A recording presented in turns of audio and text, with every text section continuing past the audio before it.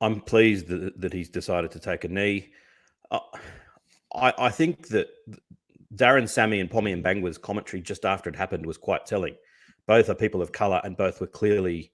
They didn't say it in so many words, but you could tell they were both hurt by the fact that he had made that decision. I think that's the key point. And I think anyone who looks at Michael Holding's brilliant monologue that he delivered during the cricket 18 months ago during the rain delay, if you haven't seen that, go to YouTube and type it in and look it up, because it's about 15 minutes. It's very well worth watching. And after that, I think you realize why it is so important that, racism that has been around for hundreds of years or thousands of years and sadly is still right around today, and that the Black Lives Matter movement is so important that I get where people like Michael Vaughan are coming from when they say you shouldn't force someone to do something.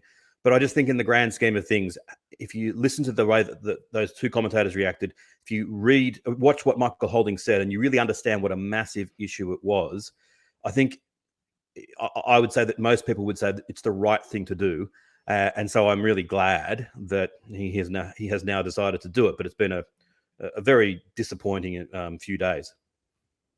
Yeah, you're right. And I echo your sentiments there, that I'm really glad he apologised. It would have been so sad if Quinton de Kock was lost to international cricket because of this. So that's not the case. He wrote a very heartfelt letter explaining his feelings of it. And it seems a lot of it just boils down to the fact that Cricket South Africa sprung this on the team not long before a game. And I think he felt blindsided. But in the end, I sort of think whether you can have your own individual feelings. That's not, but if you're representing your country on a sporting field, doing this symbol to make it clear that you're striving for equality, I think is not too much to ask a player. It is not.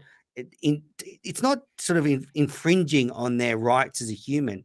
It's like wearing a blazer in a team photo. Just, you've got to show the right symbols, and I think it's such an important message that they're delivering. And I'm just glad it's been resolved like this, because I really thought that would be it for Quinton de Kock, and he'd be playing T20 cricket around the world.